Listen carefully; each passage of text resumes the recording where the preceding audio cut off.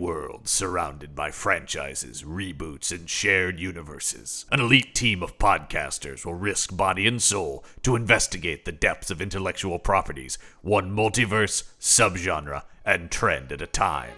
Who are we? We're the IP Squad.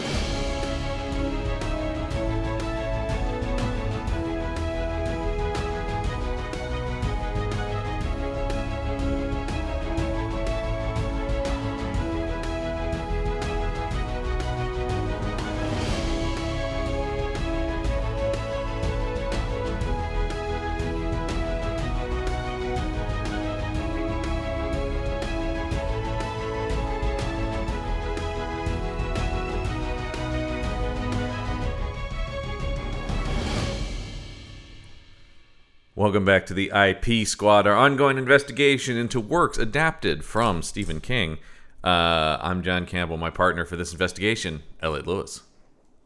Hey, John, we're checking back in with Dan Torrance. Yeah, it's been a while, a few weeks for us, and like decades for Storywise. Yeah, that's right. It's we're talking about Dr. Sleep. Is this 2019? Yeah, 2019. Yeah. It's one of those things where, this was late in 2019, thinking about where I stopped going to movies once the pandemic started. This is one of the, this is in that last run of movies there. 2019, because it came out in November of 2019, written and directed by Mike Flanagan. And I think we kind of just started recording pretty quickly because both of us were going on about, I just love this movie. This movie's so good. It's so good. And I don't feel like people talk about it like that. It's kind of slept on a little bit, and we've kind of brought this up a couple of times about like that. That's just kind of the thing that happens with horror a little bit. Is like. We talked about how much we hate the term elevated horror. Oh God, yeah. But like, unless it's something in that vein, it really doesn't get talked about a lot at least outside of horror spaces. Because I was looking at the reviews for this, and they were kind of middling from critics, and it really is going like, what do you want? I mean, like this movie is. How is this not considered elevated horror? You know what I mean? Like, I don't know what elevated... exactly. Like, right? That's the thing that's crazy about it, right? And it really does speak to why we hate that term, which is it's basically just snobs deciding what they consider good. It's almost completely arbitrary. And, of course, a lot of the reaction of this movie, something I love about it, but a lot of film critics going, oh, he thinks he can do Kubrick. I don't think so, Mr. Flanagan. It's like that's kind of what's so brilliant about this. You got out of this? Yeah, it is. And I love people go like really good until it just recreates The Shining for the third act. But it's like, do you not see how how lovingly recreated all that stuff? I was reading through some of the behind the scenes stuff on this and how they meticulously went back to like Kubrick's notes on the sets and stuff to build them like brick by brick basically. But then also, how do you not see what the movies it doesn't just do that. It's not just like, here you go, everybody remember the Overlook. It's really about something.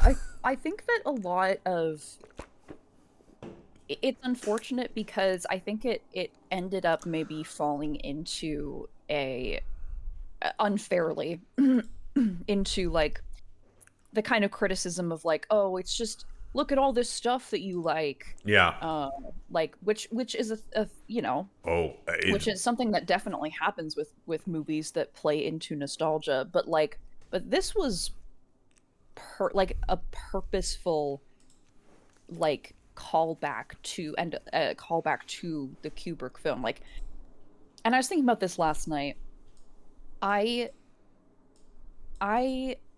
There's only one thing that Mike Flanagan's done that I don't like love. Like I feel like I'm the only person who didn't like Haunting of Hill House. I think you might be, and I'm not here to shame you or anything for that, but I do feel like everybody is, and I count myself among that. And you know what? Listen, I'll be the only hater. It's fine. Yeah, I can take that. But that's literally, basically everything else. To me, he's one of the best working in the horror genre right now. It's just incredible.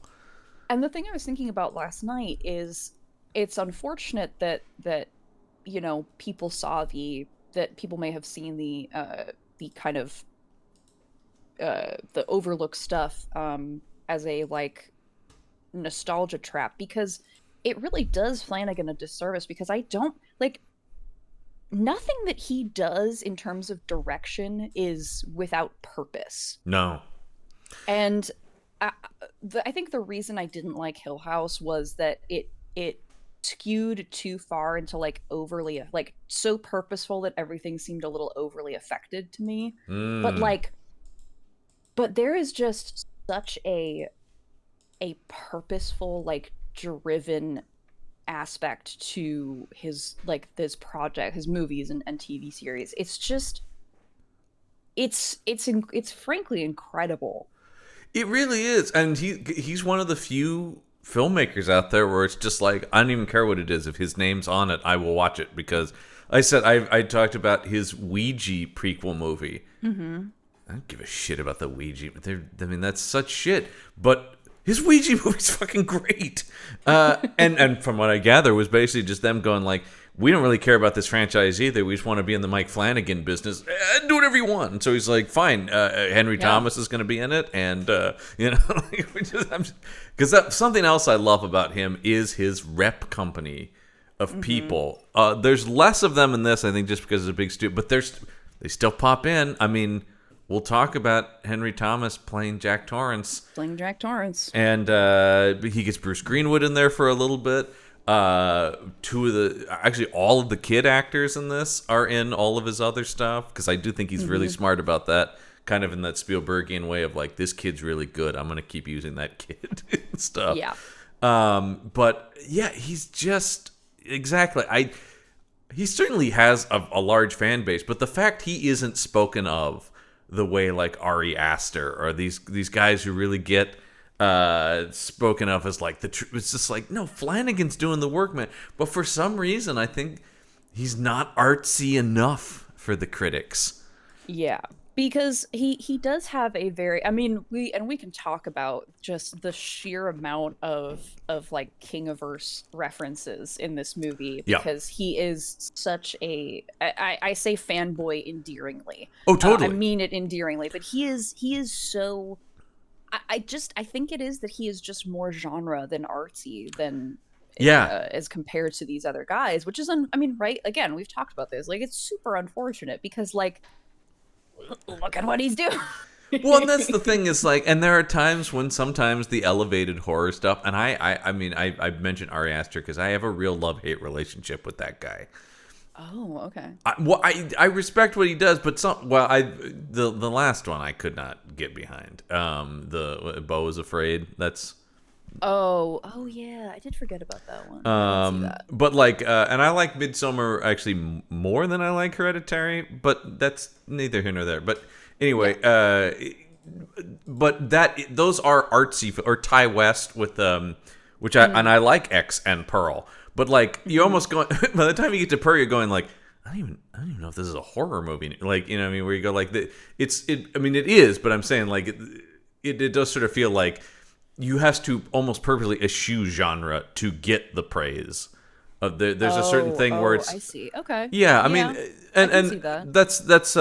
that's once again, that's not on them for their work, but in terms of the way it's perceived, is almost just like, man, these guys who are genius making horror movies that aren't horror movies. And then it's just, I like guys like Flanagan or Jordan Peele as well, because Jordan Peele is the ultimate guy who's just like, fuck you, I'm making a horror movie, don't call it elevated. How dare you? But yeah, this is Flanagan's second King adaptation after Gerald's Game in 2017, and he's currently filming another King adaptation right now, The Life of Chuck, before going to go make the Dark Tower for Amazon. Oh, yeah. Okay. Yeah, so, I mean, talk about, I think his career choices certainly indicate the King fanboy that he is. Mm-hmm. But he's not, and I love this guy, so as we both do, he's not Mick Garris, though, right? He's not slavish, and I think that's key. I think he's more in the camp of, I put him and Darabont together as guys who have made multiple King adaptations and are like pulling out what works in King stories without being slavishly devoted to them. Mm-hmm. And like, I got my own problems with Darabont, but sure, yeah, yes. He's made like 2 or 3 Oscar nominated / winning, like, okay. Yeah. He's good. I mean, whether individually on an individual project basis or whatever, but like, yeah. And also the things, once again, I think they are guys, though, I said that aren't, they're fanboys without being like, every word the man has written is genius. And this, we both talked about, this movie in particular is taking not a classic King work, in fact, kind of an all over the place novel. Yeah, I think I said this last week too, but I am never, I hate being the person who's like, this is better than this in terms of like, oh, right. Well, the book was better than the movie. Yeah. But I think solidly this movie is better. This Dr. Sleep movie is better than the Dr. Sleep book. The Dr. Sleep book had a lot of really cool elements in it, and all of those cool elements are in the movie. The movie just sort of like it's the decision to incorporate both the Kubrick and the like King novel universes of The Shining was so smart, both because people are so familiar with the Kubrick film, which was one of like Flanagan's kind of main, just like driving forces for that, but also because the connections to the King Shining in Dr. Sleep the book are like the least interesting parts, unfortunately, and like the most all over the place. So God damn it, he did it. Well, and from what I gather, there's at least, once again, I went through a lot of the behind the scenes stuff on this. Had to really sell King on that, of course. Yeah. Because King was like, we famously know, go back and listen to our Shining episode, King hates that movie. And Flanagan, to his credit, apparently just stayed on him and going like, there is no, basically saying what I agree, there is no way to make Dr. Sleep without, to be any kind of movie without at least evoking Kubrick's imagery. Because for better or worse, for Steve, that is what The Shining looks like. At the very least, that is what it looks like. I don't know what to do. The cultural consciousness. Yeah, exactly. That's just pop culture. Exactly. That is what The Overlook looks like and sounds like. I mean, because one of the best parts of this movie is when we go into the third act and they bust out the Shining theme, and he's doing all of the same overhead shots, but now it's at night and snowing. God, I remember sitting in the theater and being like, "Oh man, it's such a great we gotta go back to the Overlook." Yeah, because it's so, it's so much more cinematic. I think I also kind of dropped either during the Shining episode or last week, but like it makes for a much more cinematic climax. Right? Like talked about that too. Like you have to go for what's cinematic because of the medium that you're telling this story in. Right. Because the climax of Dr. Sleep the novel is they either convince the Knot to go to the what's left of the Overlook in Colorado, or they're just there and there's kind of an implication that the the Overlook, despite them not really knowing what it is, it's still a place of power that like attracts them, which makes sense. Right.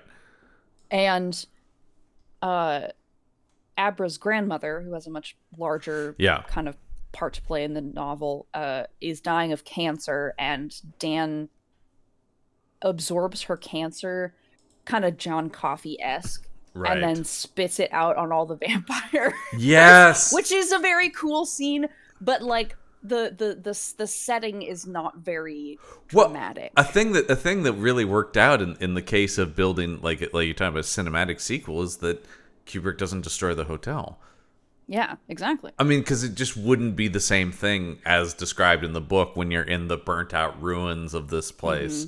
And also, I mean, it's a weird thing where it's like, this is a case of if King thought the movie of The Shining was lesser than, this is somehow more than the book, because you can literally have Danny walking around the Overlook, and it's literal facing of your trauma. The scene with him and Jack as the bartender gets to a thing. This movie, so one of the biggest things we talked about when we talk about with these Shining things, and it's all over Dr. Sleep, and I think it becomes a problem in Dr. Sleep, is Stephen King's obsession with redeeming Jack Torrance. And this movie does such a good job of making it more about, similar to what we talked about last week in It Chapter 2, if not forgiving, at least recognizing this abusive family. And I think it's so much more realistic in how people deal with that. It's not about, because if I remember in the book correctly, isn't it like, actually Jack also had maybe the shine and was drinking, and you're just going like, I don't know about. It's like it's not. It doesn't do anything for it. No, it's this thing where it always comes. This drives me insane. And King's not the only author who does this or filmmaker who does this. Where he's like, upon reflection, let me actually tell you a thing about this character that and you're just like, no, that I don't want the story reframed through a thing you realize. It's totally loaded to bring this up at all, but it really is. Before she became horribly problematic beyond this, the J.K. Rowling going, actually Dumbledore was gay, and you're like, what the fuck does that matter? Yeah, like what is who cares? What is that doing for you, for anybody? I gotta reread these books now with a whole new, it's like, and even if you do, there's nothing there that fucking matters at all. It's that kind of thing though, where you just go like, actually, now that I think about it, keep that to yourself. But that's sort of the thing with Jack Torrance. And also the which I completely forgot about, Steve makes it worse too, because like for some reason it seems like he wanted Abra and Danny to like actually have a familial connection. Yes. And so he's like, and actually Jack had an affair before the Overlook with Abra's grandmother. It's like, hey, that's worse. You understand how that's worse, right? Whereas Flanagan just makes it, no, he's just her uncle in spirit, Yeah. And you're like, yeah.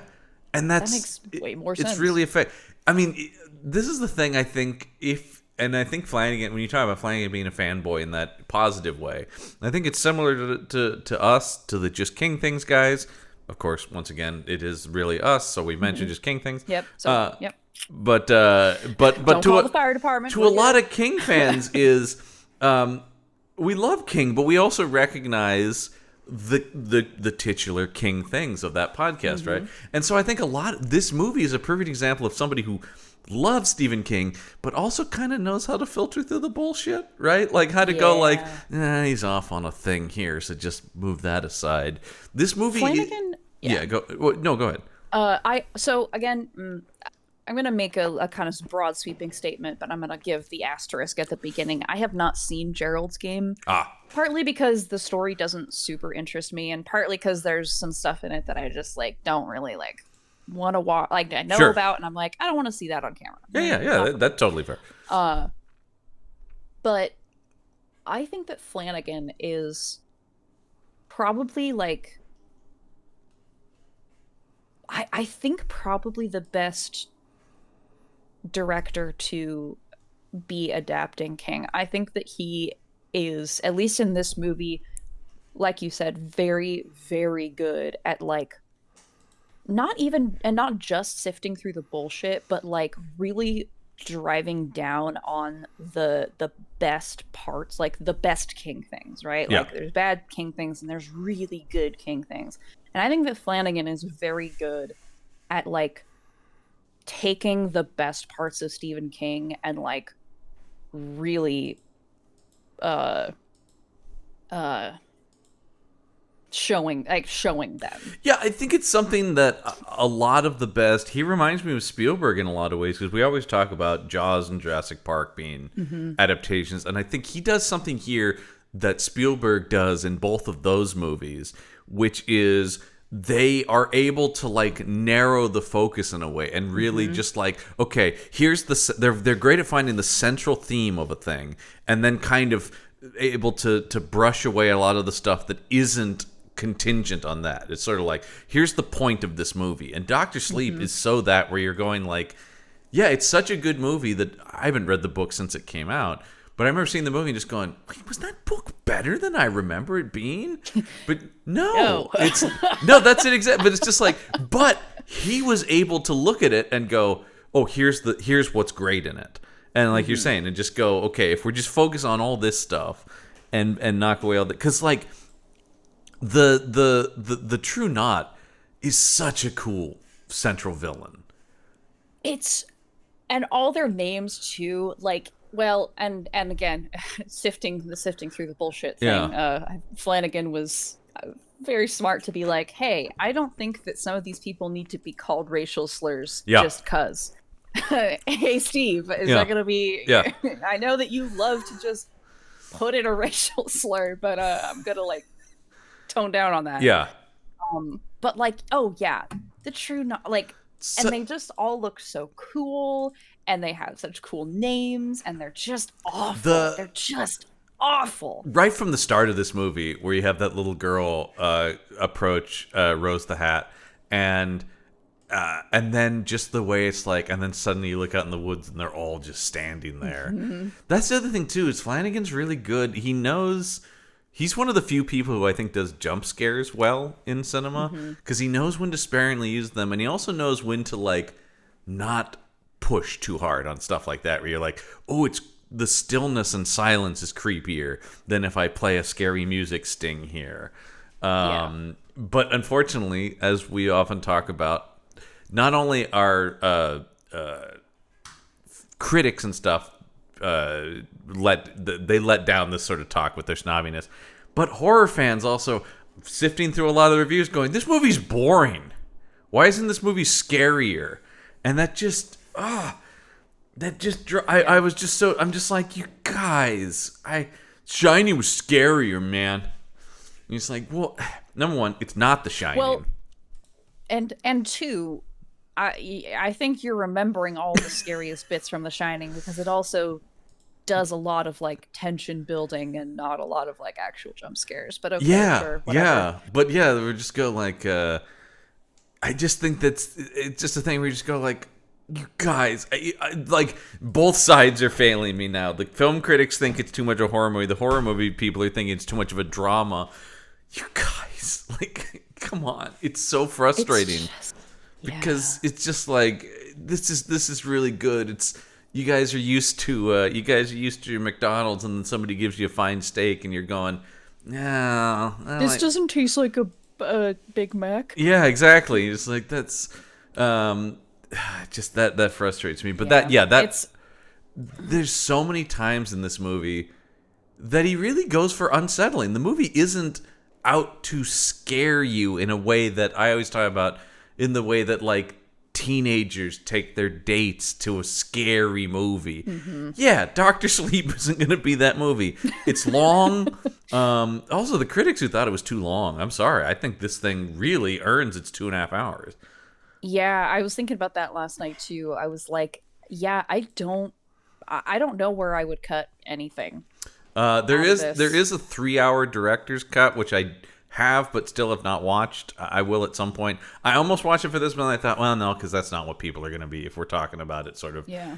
But also, I don't know that I need more of this. Apparently, it's just more. It's not so much that there are more scenes as much as it's just longer scenes, which I don't know that that's...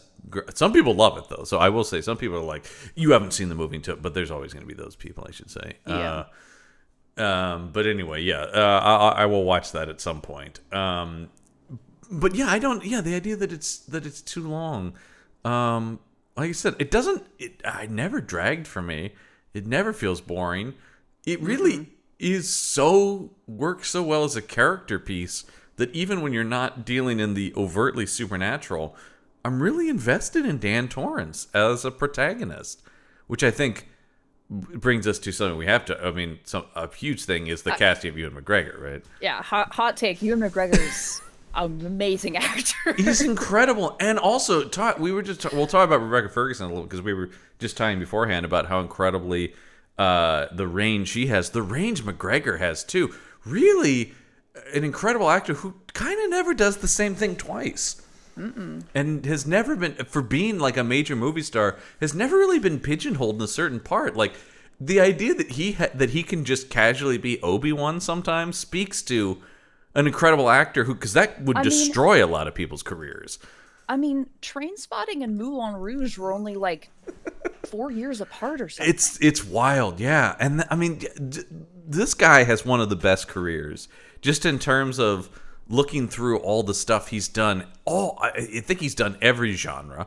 He's played. Yeah, like, hey, if there's an Ewan McGregor movie out there for you, and I'm talking about everybody. There really is. I mean, it's crazy. I mean, right off the bat, I love Shallow Grave, which is where he first came on the scene. It was a great little thriller. And then, I mean, just looking through his career, he's done rom-coms and action movies and sci-fi movies and horror movies, and he's been in kid stuff, and he's done little indie movies and huge budget blockbusters. It's crazy. Yeah, I almost forgot. Trainspotting, Moulin Rouge, and Robots, I think, are all 4 years apart. It's something like that. Yeah, it's crazy. And then he's like the fucking Pope in Angels and Demons with Tom Hanks. What is going on here? That's right. Yeah. Also, really one people slept on. I'm a huge fan of the DC movie Birds of Prey, and he is having the time of his life playing Black Mask in that movie. God damn, every scene he was in that, I'm just like, you've never seen an actor happier to be a supervillain. And I think that a lot, like, Ewan McGregor is one of those, because I think I didn't know that he was in Birds of Prey before I went to go see it, and then I'm in there watching the movie, and I'm like, glorious surprise! Ewan McGregor's in this, and I feel like that happens a lot with him in stuff. Is you're watching something and you're like, whoa, damn, I didn't know Ewan McGregor was in this. But because he's the kind of actor I love, where he is a movie star, yet kind of has the energy of a character actor in that sense, where it's not, things aren't often sold as Ewan McGregor in, but then when you see him, you're like, what's fucking great in that? Ewan McGregor. Like, and like I said, the fact he can be Black Mask, but then also be in something like Big Fish, where he's so lovable, and then to be in this where he's so tortured, but you love him at the same time, and then also he's an incredible singer, of course. I mean, Moulin Rouge. If anybody saw Guillermo del Toro's Pinocchio as well, where he played Jiminy Cricket, check that out. He has a great song in that too. Dude's incredible. Now, he was not this was not a I was looking at, there were other people considered for the part of Dan Torrance. I was also looking at that too, and they're all they're all good actors. I mean, we do this a lot, but like, I just can't imagine anybody else. It really is, because you talk about so Dan Stevens is listed. These are all actors, by the way. All four of these actors are actors I really like, but it is sort of. I don't think Jeremy Renner could have pulled this off. Oh no! Well, I don't. Well, no, because he's a little too hard edged, right? Like, that's a guy. And also not a very. I don't think Jeremy Renner is a very good actor. All right. Well, we'll agree to disagree. I'm on a hater. That. It's fine. That's but Dan Stevens, Chris Evans. Chris Evans is way too movie star and I love Chris Evans. But I do too, and he's done pretty well in like dramatic stuff. Like, he's a good actor, but he's so broad-shouldered and just he would have come in. He's just I wouldn't believe the like completely he's not pathetic enough, yeah. affectionate. And then Ewan McGregor is very good at seeming pathetic. That's it, exactly. Because I mean, once again, and that's not to slight Chris Evans, who I do think is an extremely good actor, and I don't think actually gets enough credit. But I don't see him as the drunken, bearded Dan Torrance at the beginning of this movie. Maybe he could have surprised me. I don't know. Matt Smith seems like he would have gone too far into the darkness, maybe. Yeah. Matt Smith is so weird. That's one of the things I love about Matt Smith. And Matt Smith makes weird choices as an actor. So, and then, Jeremy Renner, who just feels like he would have been, another guy who I feel like maybe wouldn't have come back from. I'm not sure he could do the second half of this. He could go hard into the darkness. You're not a fan? That's all right. That's fine. Dan Stevens is the only one. I'm never going to meet him, so it's okay. Yeah, Dan Stevens is the only one who maybe, because he does have some of the same energy, I feel like, as McGregor. But it is sort of a thing where it's like, and once again, anytime we read stuff like that, it's always like, were considered, means they were probably on a list that Warner Brothers, Yeah. It's I remember pretty early on in this being announced it was Ewan McGregor. So I think they landed on him pretty quickly. And once you see it, you can't imagine anybody else because he really has to hold this whole movie together. Yeah. Because it really is while it has all this broader supernatural stuff and at a certain point kind of turns into a two-hander, it really is a character piece, right? I mean, it really is in a lot of, and that's where I like those slower, quieter moments in it. Yeah, it's the Flanagan thing I would like to see is because it is kind of in a similar vein to Dr. Sleep, although I think it was written before Dr. Sleep, but Black House is one I would love to see. Yeah. Because it's a very similar like thing of a grown-up having to reckon with the, childhood trauma that they went through and having to, like one last job. Classic, yeah. The thing, and that's so much of why this exists. King talked about. He wrote Dr. Sleep because so many people at signings and stuff would just be like, "What happened to Danny? Like, what do you think happened to that guy?" Because and that was something that was so intriguing when the book came out. And right from the beginning of this movie, I love with starting him as a kid, which the book does too. Mm-hmm. But like where it is like, oh yeah, like Danny and Wendy they can't just go back to a normal life after The Shining. And it is something I'm fascinated by that is so rarely done, which is what happens to the people after they have gone through the horror movie. I'm always fascinated by that. What happens to that final girl? After they pull her out of the summer camp where all of her friends are dead. I want to see that story. And there have been people who've done stories like that. I think Scream has maybe gone on a little too long with it, but Scream's got the first David Gordon Green Halloween movie, I think, does an amazing job of that. Of showing just decades of trauma that this woman is ruined by a single night in her life. There's a great novel called The Final Girls Support Group, which I highly recommend, which is literally what it sounds like a bunch of final girls getting together and going, we have to cope with this stuff. It is interesting to see that, and not a lot of stuff carries that forward because most of the time, unlike the Scream franchise, I do think that is one of the cool things about that. You just re-up and get a new final girl in each movie, so you don't really get lingering effects. Or even something like Dream Warriors, which I love, having Nancy come back and suddenly be they could have maybe waited a little bit longer because it is sort of like, and she just graduated high school. Okay, anyway, right. But I still really like that. So it is so fascinating to pick up on this. I love the inclusion of Dick Hallorann, of talking about having your cake and eating it too, of like, oh, Dick Hallorann's in the novel, but he died in the movie. Oh, well, what if he's just a ghost or whatever that Danny's talking to? Yeah, and Hallorann does play that part. Like he is, because I was trying to remember like when exactly it's said that he dies, but he does have his like ghost mentorship. That's true. Like there's a very I have not. Yeah, once again, mirrored. I've seen the movie now a few times, and I read the book once long ago. So I am trying to fit. Like when you were describing something, I'm like, oh right, that does happen in the book. The book is crazy. Yeah, surprise, surprise. It's just. It's nuts. Yeah. Yeah. But also, just shout out to Mike Flanagan, regular Carl Lumbly as Halloran, who's great, and like. Similar to the incredible threading that Neil Henry Thomas does later, the idea of echoing performances of other actors without doing straight up impressions of them. Man, yeah. I mean, just all props to Henry Thomas for even taking on that. Lumley, certainly, but more so Thomas later because of the iconography of it. I don't think I would take that part. All three of them. And I'm completely blanking on her name. But, who plays Wendy? Who plays Wendy? I'm looking it up here. I have the cast list. It's there it is. Alexandra Esso.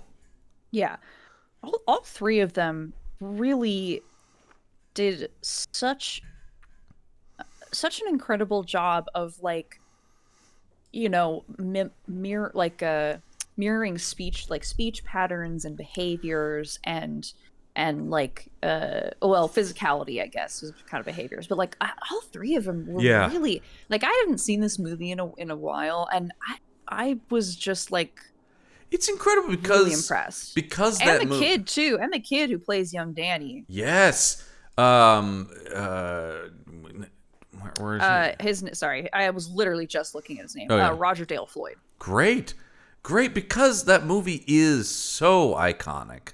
As we know, and it's so, I mean, there are people who have that. I mean, see the documentary Room 237 about just the amount people have poured over that movie, and it doesn't.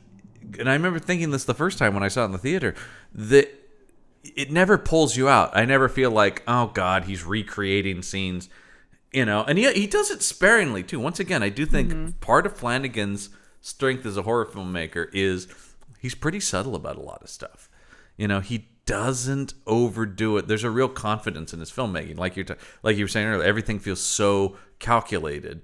That's why I've always sort of been hesitant to kind of watch the 3-hour director's cut, because I'm like, I don't know, actually, this feels like a really strongly made movie that I'm not necessarily going like, oh, studio hack job where they took out a half hour of this thing. Yeah, I think all that stuff, though, all three of them, all four of them, actually, as we're saying, do an amazing job of taking on these performances without them being impressions, right? Because that's why I say Thomas has the hardest role, because how do you not do it like this, you know, right? Yeah. It's real, but he does and he doesn't. That's the thing.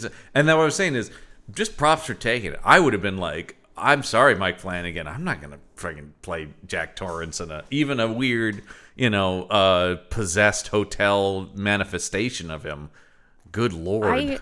The thing I was most impressed about was, because I was reading that he like meticulously watched the movie to like really pick up on Jack Nicholson's mannerisms in his performance, and I think that was the thing I was most impressed by. Like, he did like a little, like an internal like tongue flick or swallow that was just so it was like, okay, this is the thing I'm noticing, and like it's just so subtle but so like on point. That's the kind of acting I have such an appreciation for, because I do, like a lot of people, roll my eyes at like method actors.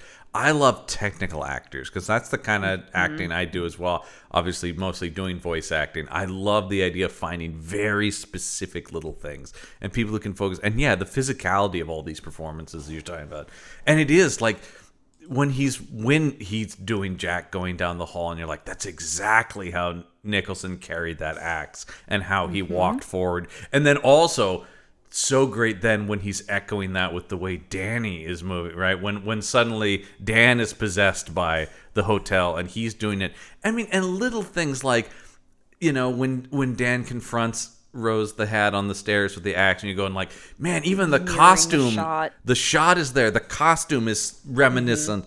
there are little things like that. There's the scene in Bruce Greenwood's office where it looks exactly like the interview from the beginning. But once again, loving the filmmaking, he's not luxuriating it. He's not going, look at what I'm doing. You just are subtly going, wait a minute, this feels familiar. I love movies like this where, that's the thing that I think it bums me out that anyone would think he's like going for nostalgia bait here, because the whole movie is, the word I kept thinking was echo. It's an echo of the first movie. It's not just about being like, remember this and remember him, like a sequels can be. Because like it's until the third act, which is necessary, like it is pretty subtle. Yeah. The echoes and mirrors of the Kubrick film. You get little moments. I remember it was the first promotional photo they released is the red rum in the mirror that he sees on his wall. And there are little things like that. And then, like I said, the movie almost, that's what I love about that moment when we transition to going to the Overlook, because the movie actually like presents you, it's like, and now we're going back to it. But because it so works in Dan's journey as a character of having to go back to that place, it doesn't feel like that nostalgia bit. I just remember being jazzed in the theater. I'm like, of course, we have to return to the Overlook. Now, some of the promotion I don't think helped them, because I'm looking at the poster. Yeah, from a marketing perspective, I get it, but it's still really kind of a bummer. Literally, it's Stephen King's Dr. Sleep, the next chapter in the Shining story. And I think the biggest disservice you can do to this movie is thinking of it as The Shining 2. Yeah. It really is its own thing. almost, it is, of course, one has to broadly, technically call it a sequel, but it's not sequel-y in that way. Yeah. And also the idea, the next chapter implying like, and then the third one will, and it's like, I don't like, and I think that probably put a bad taste in a lot of critics' mouths where they're going like, oh God, somebody's trying to add to a classic. And yeah, Steve. Well, that is, and the tagline is "Dare to go back," which really, as we talk about, really is like the last half hour of the movie. Like it's really, but the poster is literally the kid on the tricycle facing Ewan McGregor in the hallway. Like I said, I totally get. Of course, that's how they market it. And this movie, once again, to our dismay, did not do well. It which famously is such a underperformed. Damn shame. I am hearing more people talk about it, so I think it is a movie that I hope will have a life as people discover, and especially because so much of Flanagan's stuff has been popular on streaming. I think people are discovering it, being fans of him and finding this. I think it's almost better to actually, in some ways, find it as a Mike Flanagan movie once again than to go in with the mindset of, okay, it's The Shining 2. Yeah. Because I can see that. People just came in with such arms folded on this thing. One thing I didn't pick up on is I was looking through just trivia, but talk about echoes of. There's a scene when Dan drives over a bridge and the sound is the tricycle from the first one. I didn't catch that either, but like I was like, oh, ooh, that is a neat little thing. And once again, we're not calling it out on that stuff. Is great. But let's talk about the true knot, because that is definitely like the thing I remember hearing when King was talking about writing the book, and he was talking about like, well, there's going to be these like vampire characters. I'm like, well, that sounds cool. Like people, killing and absorbing the shine from people, which of course is sort of the main thrust of this. And I think that alone firmly takes us into a whole other territory than thinking of it as The Shining 2, because you're like, well, that's a totally different movie right there, and novel. And so we have, all props to Rebecca Ferguson for, once again, not only is she amazing in this, but for even taking this role of, she's coming off of like sort of being, you look at her career, and at this point she's famous for the Mission Impossible movies and The Greatest Showman. So like, I keep forgetting that came out before this. It did, that was for some reason. So she's really on the ascent as like regal leading lady. So to take this very weird villain role and then just go at it, I love, once again, that is that same thing I love about Ewan McGregor. I love these people who are like, oh no, I'm not going to be pigeonholed into being this. I'm going to go over here and do this, which is, and then to then go do Dune right after this then. Man. Yeah, but she is so, number one, kudos to her for doing it. Kudos to Flanagan for casting her, because she is so scary but alluring at the same time. Mm-hmm. She's, oh man, you're compelled to watch her, but you're terrified of her. The moment, I mean, Flanagan said the most difficult thing he's ever shot in his career is the death of Baseball Boy. Oh yeah, which I didn't recognize Jacob Tremblay at first, and then reading the trivia of him like filming the scene, and then like everybody kind of being freaked out, and him afterwards just popping up and like high-fiving his dad. I'm like, yes, Jacob Tremblay, acting is easy and fun. He gets it. I hope he keeps that attitude for the rest of his career. Absolutely.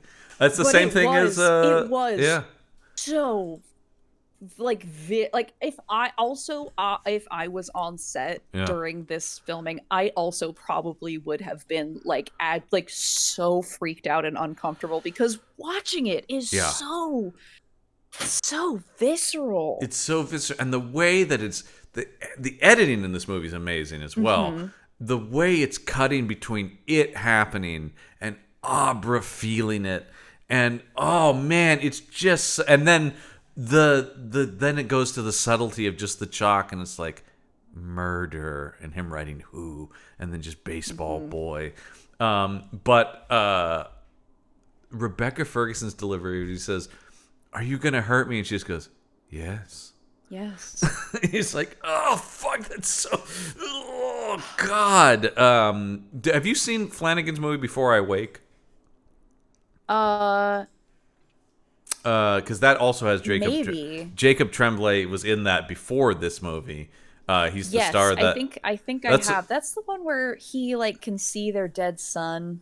It's where his dreams are manifesting into reality. That Tom Jane and Kate Bosworth adopt him, and his nightmares start coming out into the. I think maybe they're dead. It's been a while since I've seen that, but. Yes, I have. Yes, I have seen it. Okay, sorry, I had to consult the list. Yeah. Really quick. Yes. Really good movie. Another movie that apparently also puts people going like, not scary enough, and Flanagan going, well, it really is kind of more of a fable than a horror movie anyway. But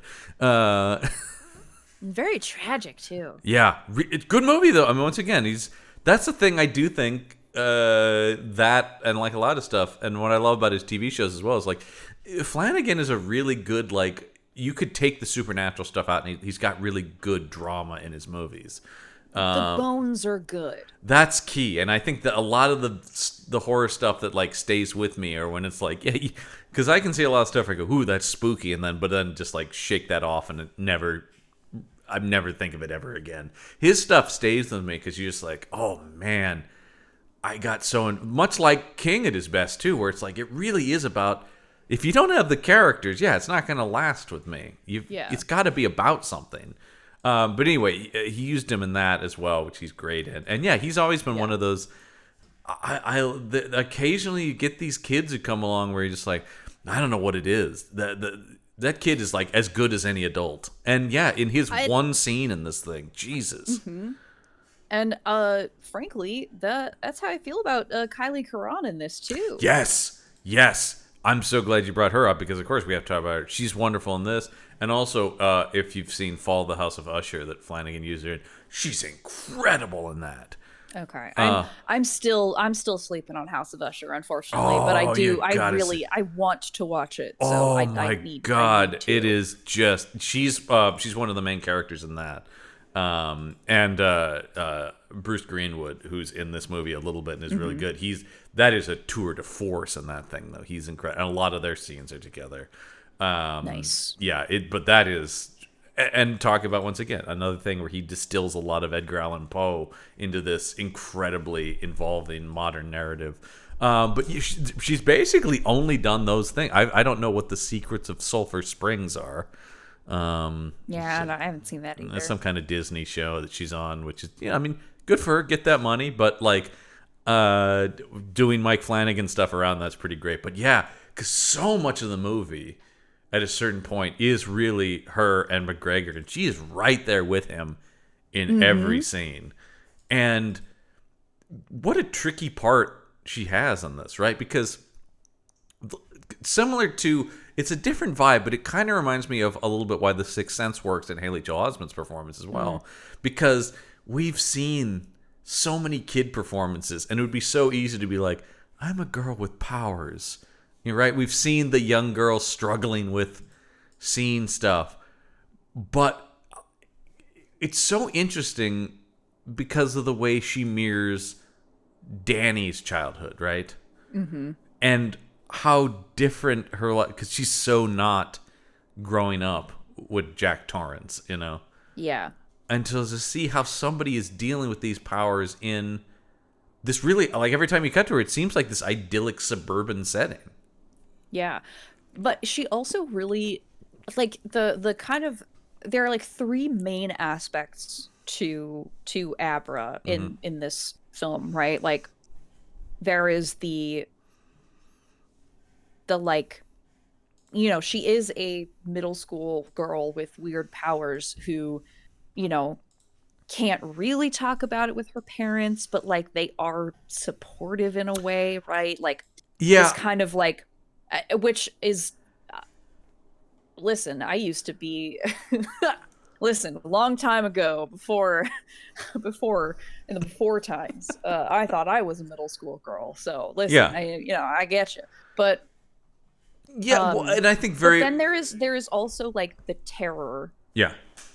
Of her situation, but then also this like kind of dark determination. Well, I love the whole thing when she seeks out Dan, and she is so, because at a certain point, I mean, when we get the big time jump in the movie, and he's suddenly sober, he's basically kind of just put aside everything, right? The whole movie's about he's locked away the ghosts in the boxes. Then he was drinking to numb the pain of the shine. And now he's just sort of chosen to ignore it, it sort of feels like, right? He's sort of found, like, if I just stay this. But it's really her who drags him into being the hero at the end of this thing. It's like she is so driving the plot of the movie.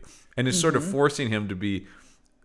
I mean, in some ways it is sort of, and I saw some people say this disparagingly, but in some ways it is sort of structurally kind of like a superhero story in that sort of way, or at least a rejection of powers, right? This sort of thing about like, no, the answer isn't to dull them or ignore them. You know, it's like at a certain point, I don't mean to quote this, but there is sort of, with great power comes great responsibility, right? There is sort of that thing about like somebody is hurting people and we can do something about it. Yeah. And I think, well, yeah, and I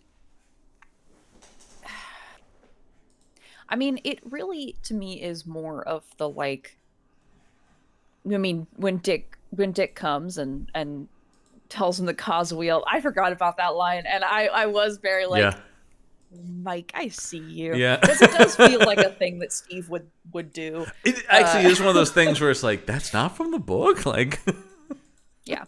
But it is, I mean, it is like a lot of the pay it forward kind of thing. Like you have, like, but yeah, you have a responsibility to mentor this kid like you were mentored and helped. Well, I love all every time the deeper into the movie you go and the more you realize he's become Dick Halloran to her. And also this sort of idea of almost a community, right? Like people that are our people are being hurt specifically the children. I mean, because that is the whole thing at the end when she's talking about like, well, adults, it's all like sullied and stuff like that. So we go for the pure taste of the. It's like, oh God, you're the fucking worst. I mean, guys, I bet you guys were friends with Pennywise the clown. Actually, I'm trying to remember if Pennywise was mentioned in Doctor Sleep, but I don't think he was. I mean, but I wouldn't be surprised because I would be surprised. I feel like you can. you could always ask if any other King work is mentioned in any King work, right? Like at any point he could have been like, well, actually, or in some interview, once again, talking about a guy who retroactively does a lot of, actually what you didn't know is that this was actually that same person. Yeah. I mean, the whole thing, and we, as we always talk about, similar, what do you gain from that? What does it really matter if the man in black is also Randall Flagg? Like, you just go like, cool. Like, I've always just been like, cool. It doesn't make me read The Stand or The Dark Tower any differently, but okay, great. Yeah, I get it. Yeah, sure. But no, the whole thing with them, and yeah, it sort of is like, yeah, paying it forward. Do you have some sort of opportunity to do this? Do you also, also it speaks to his, empathy or whatever, right, for another person. Like, here is somebody literally standing in front of you telling you they are experiencing some kernel of what you're experiencing. You know what it did to you. So on just some human level, shouldn't you want to help that person? And also, she's so nice. Like, she's just, and so, as you talk about, though, so confident, the way she's just like, because I love that whole scene where he goes like, hey, we shouldn't just sit here on this bench. People are going to ask questions. She goes, why? You're my uncle. Boom. Yeah. It's just like, there we go. Don't worry about that. Like, I got this. Also, I love doing some unsung but great work in this is Cliff Curtis. Oh, yeah. I will say the one decision in this film from book to movie that irks me is that Billy died. Is that the decision to kill Billy. Yeah. And Abra's dad, who I'm pretty sure also lives. I can't remember that. I can't remember either. That is also so devastating when they take her and the camera. Well, I love the way he shoots and the camera just pans in and he's been stabbed and you're like, ooh, God. That it is, because Cliff, number one, so awesome when he's the guy who's just so like, awesome. The way he's just like the way he. Number one, you love that character instantly because that first scene with him and Dan, where he's like, I'm gonna find you a place to live, and he's just like, why are you doing this? Just like, because I know that look. What a great line when he just goes like, I know that look. I've been there, man.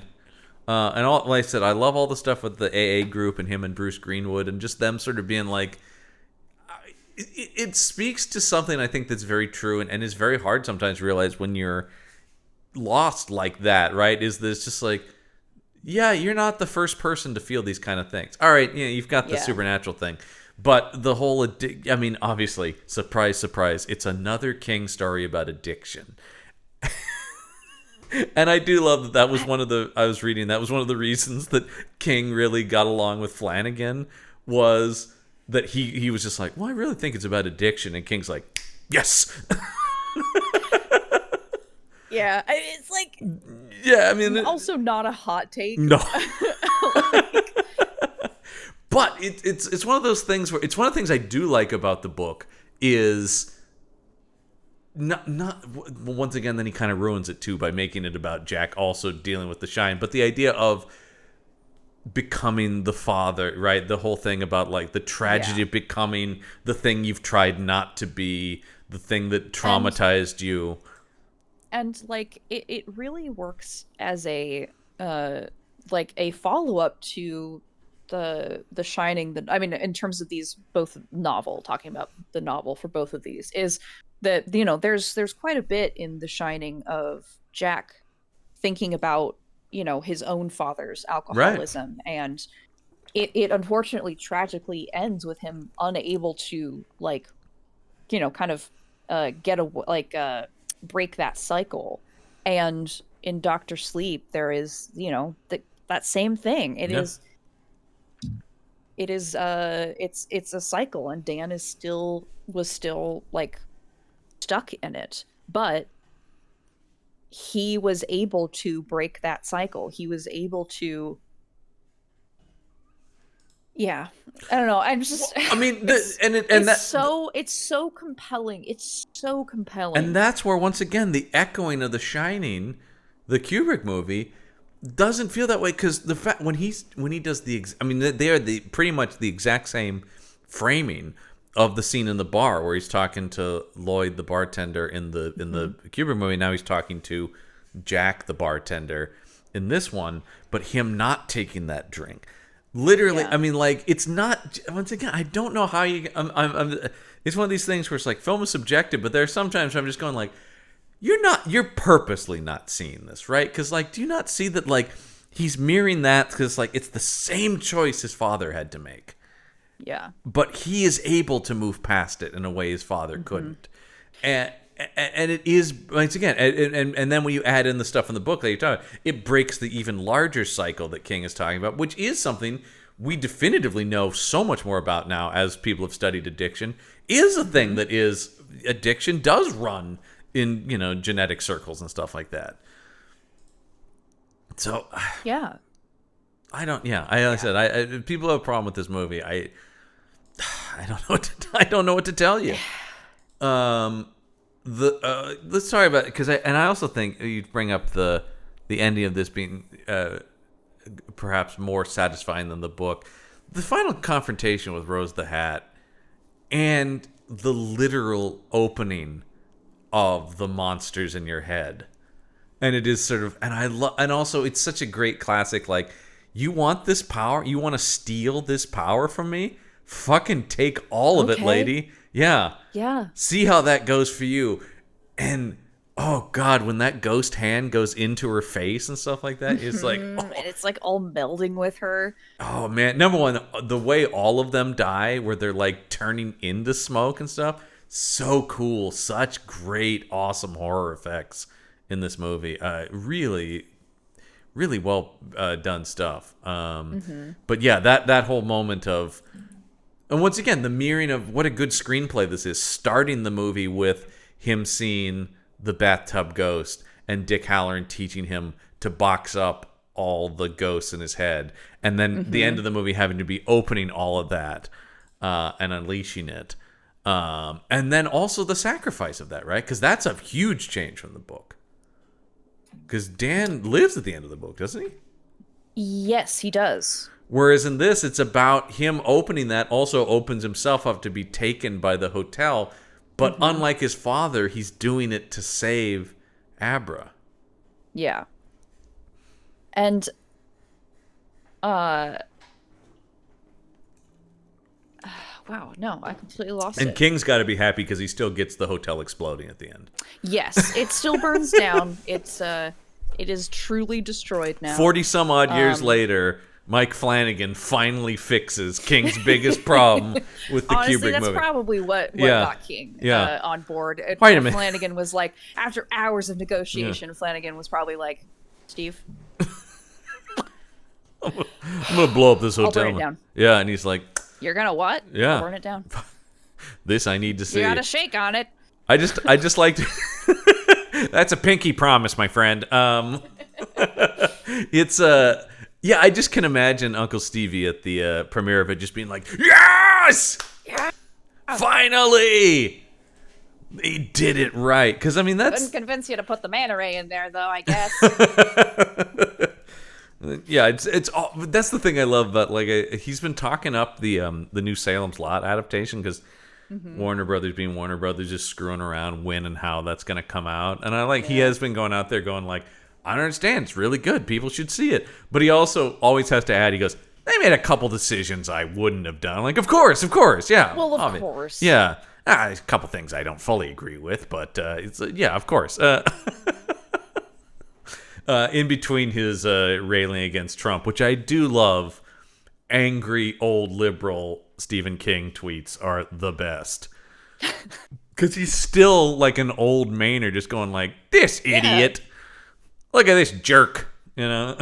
Yeah, and fucking Elon constantly trying to get on Steve's good side, and Steve is like, no, I hate you too. Yeah, what do you think, man? Have you paid attention to anything I've ever said? Yeah. What else?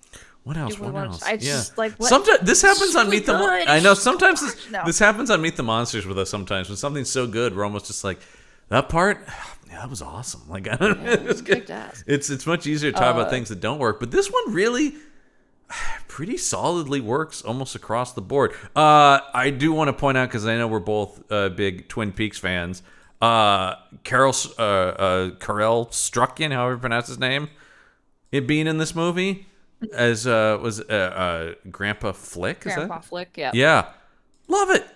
Love that guy. Number one, a presence that is welcome in any movie and any show. I remember when he would show up sometimes on Star Trek The Next Generation, I would get very excited. He was Lurch, being a 90s kid. My God, those Barry Sonnenfeld Addams Family movies mean the world to me. He's also in Gerald's Game. So another... As the Midnight Cowboy or the Moonlight like Man. Moonlight Cowboy. Yeah. Gerald's Game, and I know, like I said, content advisory and stuff, I totally understand all that stuff, but I will say that is another thing where it's like, who the fuck is going to try to adapt that? And damn if he didn't make an incredibly compelling movie out of it. It's at a certain point I'm going, Flanagan, are you just trying to find the toughest ones to adapt and going like, let me, because he's doing his next thing he's doing is Life of Chuck, which is from If It Bleeds, and you're like, okay. I don't know when that's sure. About as well known as Mr. Harrigan's Phone. Yeah, but I better not try to do that one. They already fucked that up. But I mean, my God, he's got Tom Hiddleston and Mark Hamill and Karen Gillan and Dave Desmalchin. Jacob Tremblay's back in that as well. Tremblay's back. Yeah, Chiwetel Ejiofor, and then also of course is Carl Lumbly's, his Michael Trucco's, his wife Kate Siegel, who's wonderful and is not in this movie unfortunately, but she's so good. So yeah, I once again, I'll watch anything he does. Did you see Oculus, by the way? Oculus is legitimately one of my favorite movies. Oculus rules. That was one of the first things I saw, and that makes sense because that was fairly early for him. But that was one of the first things where I was like, "Who did this? This is amazing."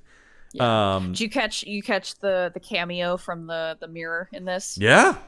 Yeah. No, I mean, dude, the guy's once again, just very smart, and doesn't seem to have an ego on him either. Is another thing too. Whenever I see him interviewed and stuff, he always just seems like he's like, I don't know, man, I just thought it was cool. Like, this seemed kind of fun. I don't know. We've talked a lot during the Kubrick episode about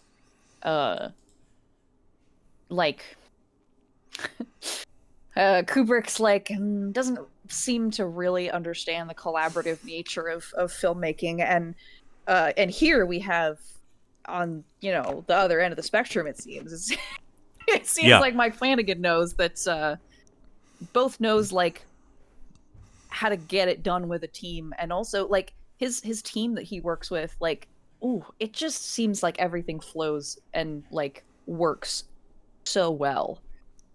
That'll lead us into our segment, What Does Uncle Stevie Think? Because I think he's got a lot to say about this. In fact, there's an entire article on Entertainment Weekly that I have here about specific. It's an interview with both Flanagan and King, kind of about the.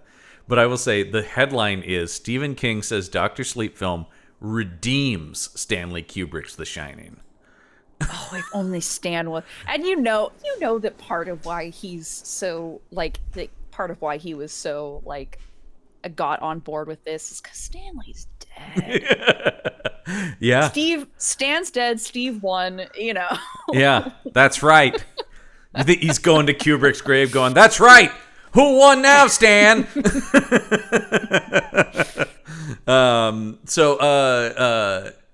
Here, I'll read this quote from Flanagan because I think it very much was kind of what we were talking about. He states this. He said when he first went to Stephen King, he said, "Look, I'm a King fanatic. I have been since I'm a kid. You were my hero.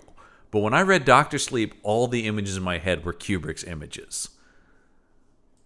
And I mean that's it. Where he just goes, yeah. And as he said, there is no other visual language to tell that story in. If you say Overlook Hotel, I see something. It lives right up there in my brain because of Stanley Kubrick. You can't pretend that isn't the case. He was reluctant, and then I said, well, let me tell you how I would approach it. I pitched him one scene inside the Overlook. I said, the rest of the story, I'm going to try and stay as faithful as possible as I can, but the final fight will take place instead of on the grounds that used to be the Overlook. It's actually inside the space. I pitched him one scene, and then he thought about it and came back and said, okay, then go ahead. Yeah. And so here's what King said about it. He goes, I read the script to this one very, very carefully because obviously I wanted to do a good job with the sequel because I knew people knew the book, The Shining, and I thought, I don't want to screw this up. Mike Flanagan, I've enjoyed all his films. I've worked with him before in Gerald's Game. So I read the script very, very carefully, and I said to myself, everything that I ever disliked about the Kubrick version of The Shining is redeemed for me here. All right.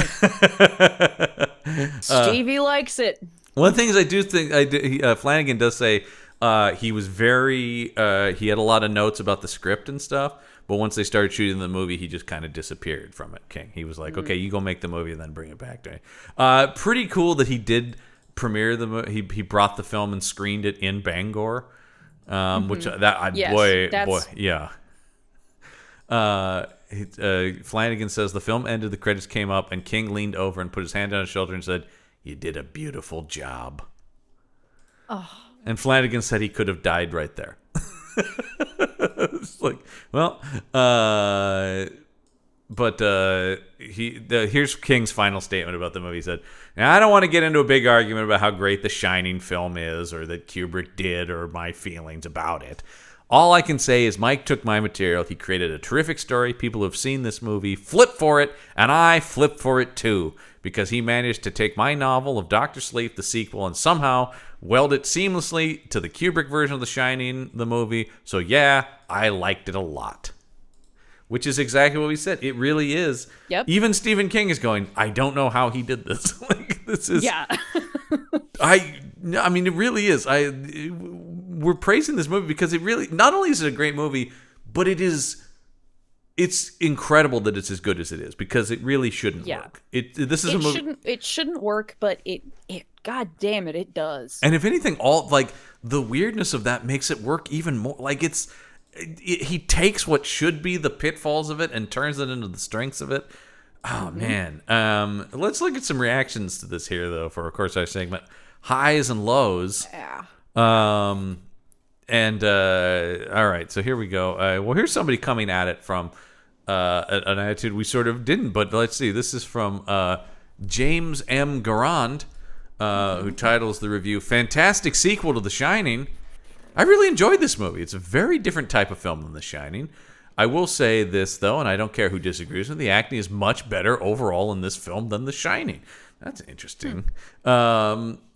This was also a great way for Mike Flanagan to pay homage to the best writer of the past 50 years, or at least since he came into the game, at the very least, Stephen King. Yes, Stephen King is better than Dean Koontz, Anne Rice, Clive Barker, etc. I mean, it depends. I mean, listen. Art is subjective. Who's not better than Dean Koontz? Well, yeah, that's a low bar, man. That's a low bar. Because like I remember that as a kid, even, and I think we've talked about that. It's like I would do Clive Barker, right? And it's like, well, this guy's got his own vibe. But then you read Dean Koontz, you're just like, no, this is just poor man's King, isn't it? Yeah. It's just, and it's just, I mean, no, but it's just like he's just objectively not as good, or like his books just aren't as well written. No offense to Dean Koontz fans out there, but once again, when you shout outs to my dad. You've mentioned this before, yeah, but like because we were a Koontz, like we had more Dean. That's I don't crazy. Had any Stephen King in the house? That's so interesting. It's absolutely buck wild. So the first time I read Stephen King, I was like, oh wow, because like I said, both. Dad, why aren't you? Dad, there's better books. There's better stuff. That's so interesting because we were so a King family. Like that was so ubiquitous in our house. There were tons of Stephen King books around. But the Anne Rice and Clive Barker, is he a better writer? I know, he's just way different. He's different, yeah. It's just different. Though they all write in horror, Clive Barker and Anne Rice so have their own vibes. And I will say, well, they just haven't produced the amount of content. I'm like, yeah, maybe in terms of there's probably more good stuff because, like, I like Anne Rice, but she falls off at a cliff at a certain point for sure. Barker, Barker also went back and forth between books and movies. He's certainly a better filmmaker than Stephen King. I think he has a better grasp of cinema. Anyway, anyway, back to this. And Stanley Kubrick, one of the best directors and certainly one of the most influential directors of all time. Mike Flanagan did a great job with this film. Dr. Sleep is at its best when it's being its own movie.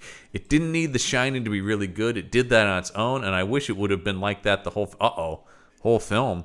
At the same time, that was cool and nostalgic and still fun to go back and visit The Shining at times. I'm trying to be careful with my words and not spoil anything. I also thought Mike Flanagan did a masterful job at not making overall faithful, for the most part, adaptation of the Dr. Sleep novel. We also appreciated that because you kind of got a second draft on this thing. Making a sequel to both the novel and Kubrick's film, that had to be an incredibly difficult thing to do, but Mike Flanagan pulled it off very well. Kudos to him for that, a job well done. I think King fans and Kubrick fans will like Dr. Sleep. Heck, I've always preferred the Shining novel over Stanley Kubrick's movie, and even I enjoyed this Dr. Sleep film as not just a sequel to the Shining novel, but also as a sequel to the Shining movie. Great job, Flanagan. Great job to everyone involved. I liked it, Chapter 2. I thought it was overall good, but at least had more good things about it than bad. Hey, wait a minute, James. Man, I like the people who are just writing a stream of consciousness. You know, some people write these. This guy is just like, Dr. Sleep's really good. Oh, you know what else is good? I like It Chapter 2 as well, actually, now that I think about it. But I do believe Dr. Sleep is the best of the bunch. I think that's where he was ultimately getting to. P.S. Don't believe all the negative reviews on here. Only a couple of them that I've read make any valid criticism. The rest just come off as internet trolls or extreme Kubrick movie fans, or just don't like Stephen King the person, maybe due to his open political views or the fact that he hates Kubrick's movie or whatever. Just go see this film if you truly want to know whether you'll like it or not. I really enjoyed it. I thought it was really good. 10 out of 10 stars. Yeah. Yeah, I mean, right up.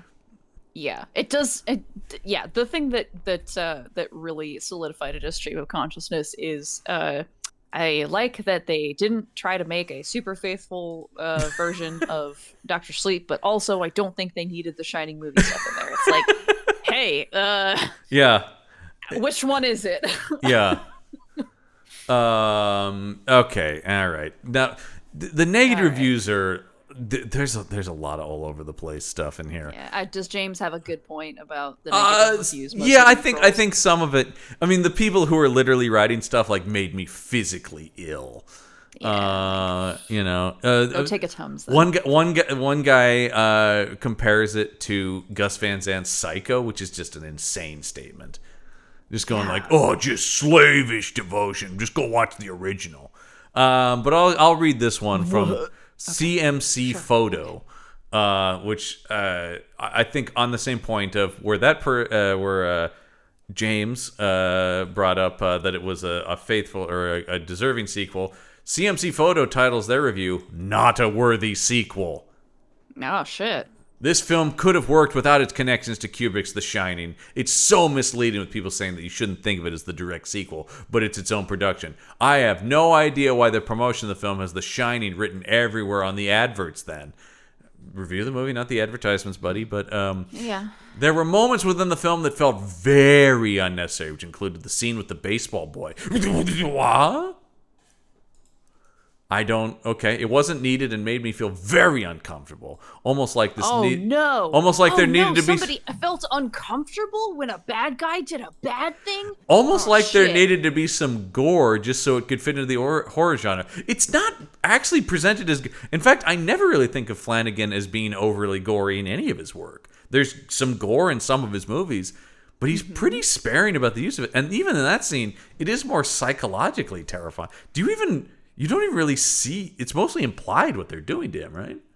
It's mostly implied. Like there is some like blood splatter that gets on his face, and he is choking up blood at some point. But it's really a lot on Jacob Tremblay's face and like the screaming. Like they really don't show. They don't show any of his actual injuries. And then I guess later they find his body buried, which is definitely, it's not gore, but it is certainly disturbing. But all very appropriately so. Also, I just like the idea of like, oh God. They're putting an uncomfortable, horrific thing in this horror movie? God damn it.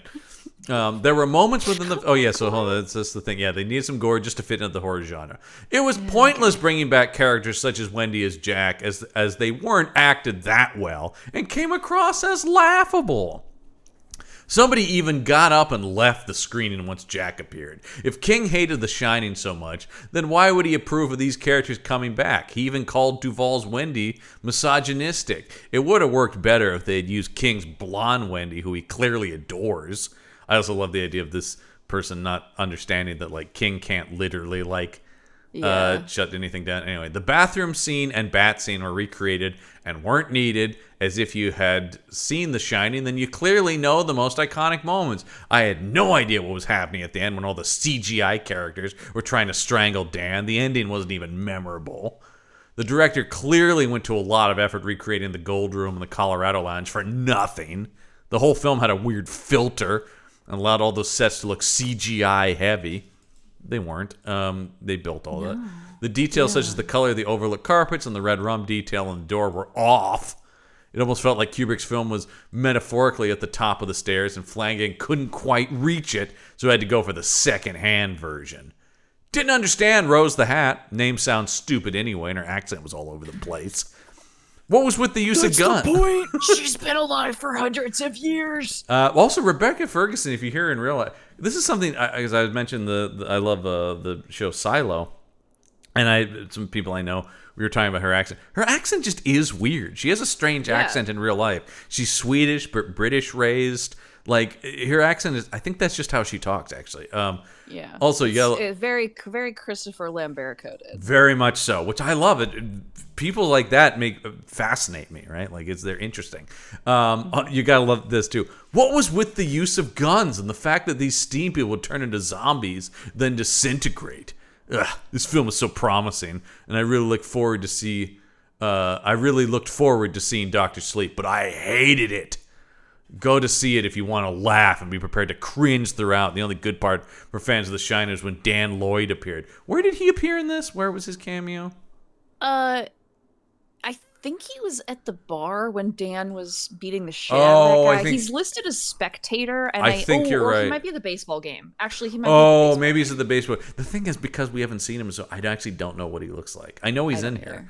I do too. When the credits rolled, I realized that this film made me love The Shining so much more, and how it shouldn't be touched. I thought that both Flanagan and King would learn from King's own 1997 remake, which is awful. 1 out of 10 stars. Huh. Well, this person had a real bone to pick. Yeah. Yeah. There seems to be either people like the guy in the first review was saying, there seems to be a lot of people either being, this is disparaging to Kubrick or this is disparaging to King, or I'm fascinated by the people who think it looks cheap. Like, I saw a couple reviews go, might as well be a TV movie. And you're like, what? This thing is beautifully shot, number one. I don't know how you could look at this. And this is only a $45 million movie, by the way, which in Hollywood terms, this is like a mid-budget movie, but it looks amazing. And also, all of Flanagan's TV is praised for being so cinematic. Like, I've never seen him do anything that's looked cheap. Like, him and his team are exceptional at me. So, and then, of course, then you've got, a couple people with and once again, this is just horror stuff, but they're just going like, that these children being murdered is unacceptable to me. This is supposed to be entertainment? Despicable. Yeah, it's despicable. Pretty like, media there's like there's a lot going on online, like on social media, like, wow, media literacy is dead, and I try not to be too disparaging about it, but it does sort of seem that way, doesn't it? I mean, I'll just read this one real quick, just because it's an insane example to me. This is the review is titled "Violence Against a Child." I'm out. One scene in the movie ruined it for me, an extremely distressing and violent scene where a child is murdered. No matter what the rationale to include this in any movie, it's unjustified. In fact, it's the only violent murder scene of a child I have ever seen in a movie. Sorry, as a father, it's not for me. And that's, once again, this is and then 1 star to the movie. It's just,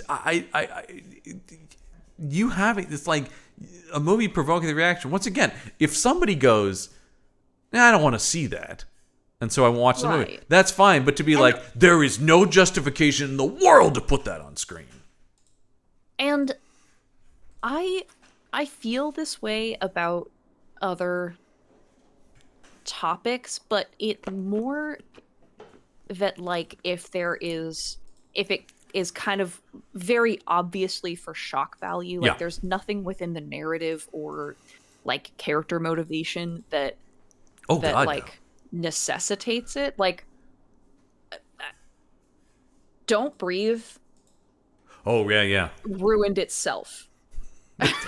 You and I have talked about Don't Breathe before, yeah. And if you know, you know. Yeah.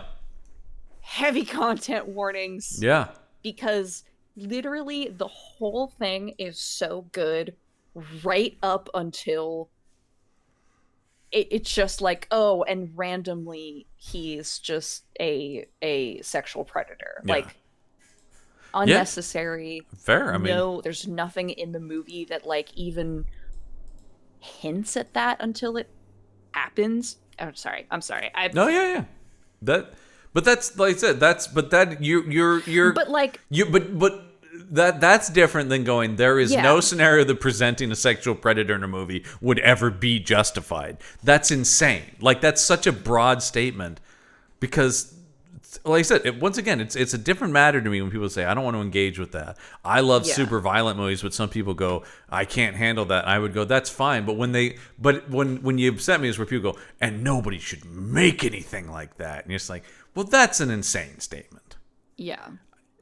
You've got to, I think context is important. I think presentation, as we talked about. This didn't feel exploitation. Not only is it so important to the movie, it's such a key moment for Abra too, right? Like that it has to be like, holy shit, this is where she really feels the monstrosity of what they're doing. So I just, once again, it bums me out. Like I said, like you're talking about with media literacy and stuff like that, where you're just going like, I just don't. You're just not. It's like you're purposely not engaging with the movie. You're not meeting the movie. Yeah. You're not watching the movie in good faith or whatever, right? Like it's that. Oh, and it's such a good movie, and also it's just like. It is also just one of those things where it's like it is one scene, you know what I mean? Like, and it's awful, but it is part of the plot, and then you can. Is the rest of the movie good? It's like this guy is just fixated on. No, I don't know. Anyway. Huge bummer. Anyway, though, the movie is not. The movie's great. Firmly, I think we put this both very high up on must-watch King movies. I really hope this movie gains the following it deserves. It made some money, I should say. It didn't bomb, but it was weirdly met with like a when it came out. And I remember seeing just being like, I'm looking at it. I feel like I just saw a classic, and you guys are going, kind of long. And I am the first guy to think a movie is too long, by the way. I'm frequently the guy shouting that movies are too long. So I think this is really good. Next week, though, will be the season finale of this first season of the IP Squad. That's right. We're reaching the end of our investigation, at least here on the main feed, into Stephen King movies with a movie I know neither one of us has seen. And in fact, I think it's, as of this recording, the most recent Stephen King movie, Pet Sematary Bloodlines. Yeah, I'm trying to remember. Because this just came out. This just came out end of 2023. Yeah. Like Halloween time. I can't remember if Boogeyman came out before or after that. I think Boogeyman came out. I think Boogeyman was like end of summer, and this was like October. Yeah. So, still haven't seen Boogeyman either. Did you watch? We'll check that offline. Okay, yeah, I haven't watched it yet. It's pretty good. Okay, yeah, it's got a lot of good people in it, so that's But yeah, Pet Sematary Bloodlines. This is the prequel to Pet Sematary that we've all been waiting for. It's set in 1969 and follows a young and very hunky Judd Crandall. This is one hunky Judd Crandall, that's for sure. Damn. But we also get Henry Thomas back, a Flanagan regular in this. We get the main reason to watch for me, as always. I'll watch David Duchovny in anything. Duchovny's in it, so we'll check it out. I don't know what to expect from this. I will say when they announced it, I went, "Oh God, why?" But we'll see. We'll see. Yeah. minor, I guess, somewhat spoilers for that episode. King likes it, from what I've seen. So I'm curious. I don't really know much about it. Yeah, I don't either. It's a weird one to end on, but it is. And also, but hey, 87 minutes long. Way to go. Ooh, that delicious. Is, yeah, Finally, some good fucking food. That is what you're doing, man. Get in, get out of that thing. I will say, I was also glad to see it was a movie, because when they first announced it, I thought, oh god, this is going to be like a 10-part series, is it? Oh. No, it's just a movie, thank God. Yeah, Jesus. Because I did think, like, oh god, I do not need like seasons of young Judd Crandall. But yeah, prequels are hard. So we'll see that next week as we wrap up our investigation into King. But of course, if you want more from this show, including bonus content and other fun stuff from all the shows on the Punch Up Entertainment Network, you can head over to our Patreon page, which is patreon.podbean.com/punchup. Once again, cool exclusive bonus content as well as helping out all the shows. So that's patreon.podbean.com/punchup. Make sure you also subscribe to us on YouTube, because there is exclusive content over there as well. We just got all kinds of stuff we're giving away to people. Just entertainment overload. Absolutely. But that is going to do it for this week's episode of the IP Squad. Until next week, the case file is closed. Hi. My name is Stephen King. I'm gonna scare the hell out of you, and that's a promise.